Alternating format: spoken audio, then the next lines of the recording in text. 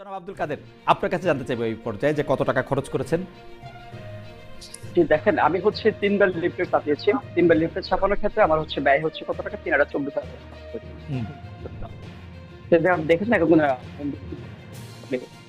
Piston যেগুলো হচ্ছে এগুলো কিন্তু এখন কোনো আশ্রমিতে নাই, সেজন্য আমার সেজন্য খরচ হয় না, শুধুমাত্র এনবিল লিফলেট দেওয়ার 24,000 খরচ হয়েছে। 24,000 এমনি। আচ্ছা ঠিক আছে, আমি আমি কোনো সাপ্লিমেন্টারি প্রশ্ন করছি না। 24,000 টাকা খরচ করেছেন জনাব আব্দুল কাদের। আমি উমামা ফাতেমা আপনার কাছে একটু জানতে চাইবো যে আপনি কত টাকা খরচ করেছেন এই ইলেকশনের জন্য। আমরা যেহেতু এখানে একটা স্বতন্ত্র প্যানেল আমরা তৈরি করেছি, প্যানেলের আমরা ওই ধরনের আলাদা করে খুব বড় বাজেট করি নাই। প্যানেলের সব মেম্বারদেরই আমাদের কথা বলা ছিল যে সবাই যার যার কষ্টটা নিজের মতো করে বিয়ার করবে, শুধু আমরা প্যানেলের পক্ষ থেকে কিছু জায়গায় ফ্যাসিলিটেট করব।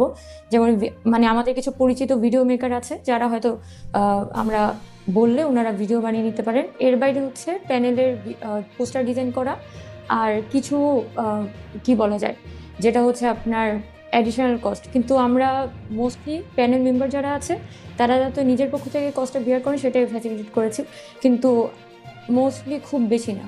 মানে আচ্ছা, আমার অ্যামাউন্টটা জানতে হবে কারণ আমি জানি না এটা। কত হতে পারে, মানে লাইক 5,000, 10,000, 15,000? না, আমি আমি আসলে যেটা বললাম হিসাব যে আমি করেন। মিথ্যা কথা বলবো না। আচ্ছা। আমাদের অ্যাকচুয়ালি আমাদের যে ইউনিভার্সিটি সিনিয়ররা আছে, আমাদের ডিপার্টমেন্টের অ্যালুমনাই, এই বাবদ হচ্ছে আমাদের প্যানেলের কস্ট বাবদ আমি প্রায় 5 থেকে 10 লাখ টাকার মতো আমরা নিয়েছিলাম।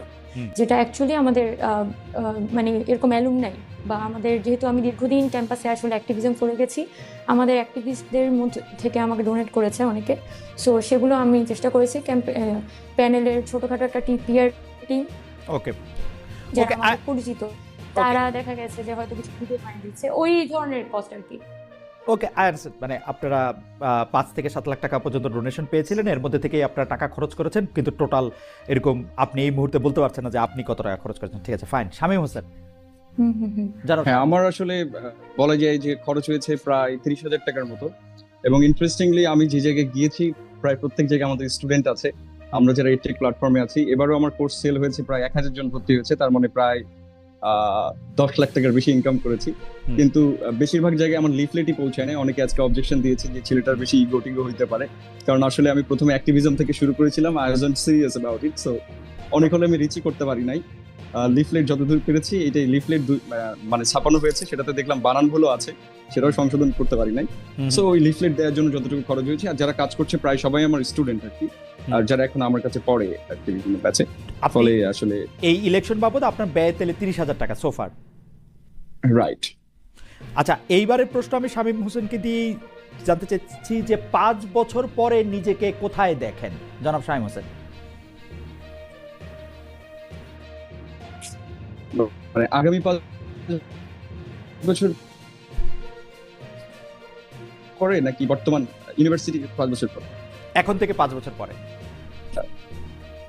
5 বছর পরে নাকি আজকের থেকে 5 বছর পরে। আজকের থেকে 5 বছর। আমার ইচ্ছা হচ্ছে যে আমি টিচার হতে চাই এবং বিদেশে পিএইচডি করে পলিটিক্যাল ফিলোসফিতে, যেটা আমার অনেক ইন্টারেস্ট এবং যেটা নিয়ে আমি দীর্ঘদিন কাজ করছি। আপনি দেখবেন আমার নানা ধরনের লেকচার ফেসবুকে ছড়ায় যায়। সো আমি ওটাতে পিএইচডি করে ভবিষ্যতে শিক্ষকতা করতে চাই। যদি বাংলাদেশে কোথাও হয় সেটা ভালো, আর না হলে হয়তো বিদেশের কোনো বিশ্ববিদ্যালয়। এটাই আমার ফিউচার প্ল্যান। শিক্ষকতা করতে চান, 5 বছর পরে নিজেকে শিক্ষক দেখতে চান, প্রয়োজনে মানে সম্ভব হলে পিএইচডি করতে চান জনাব শামীম হোসেন। আবিদুল ইসলাম খান, 5 বছর পরে নিজেকে কোথায় দেখতে চান? ভাই, আমি আমার লাইভ জীবনে, বিশেষ করে বিশ্ববিদ্যালয়ের পর থেকে আমার তেমন কোনো নির্দিষ্ট গোল ছিল না।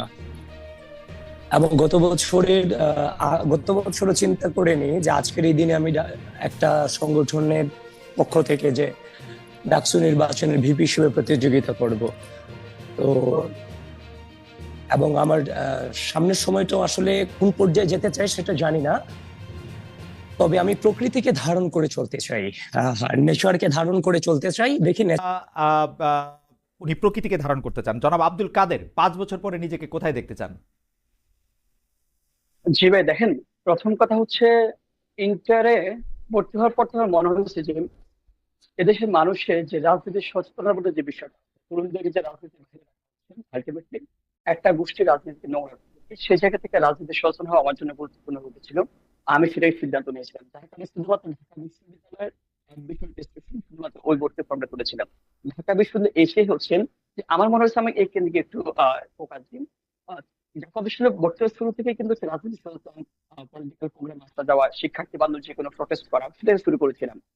যার বিপরীতে দেখা যাচ্ছে কি যে আমাকে হল থেকে নামিয়ে দেওয়া হয়েছিল, জেলে 5 যেতে বছর হয়েছিল, পরে নিজেকে জেল কোথায় থেকে দেখতে বের চান হয়ে আব্দুল কাদের? একটু শেষ করে দেখেন, এটা রচনামূলক জেলে যেতে প্রশ্ন না, হয়েছিল। তো আমি আবারও বলতেছি। Exactly, হ্যাঁ। এখন দেখেন আমি 5 বছর পরে বলতে চাচ্ছি, দেখেন আমার মনে হয়েছে এখন ছাত্রদের প্রতিনিধিত্ব করতেছি, 5 বছর পর আমি জনগণের প্রতিনিধিত্ব করবো। কারণ আমার মনে হচ্ছে যে কি আমি এত ভালো থাকতে পারবো না। ওকে, এই জায়গা থেকে আমার সে মনোভাব ধরে মনোভাব।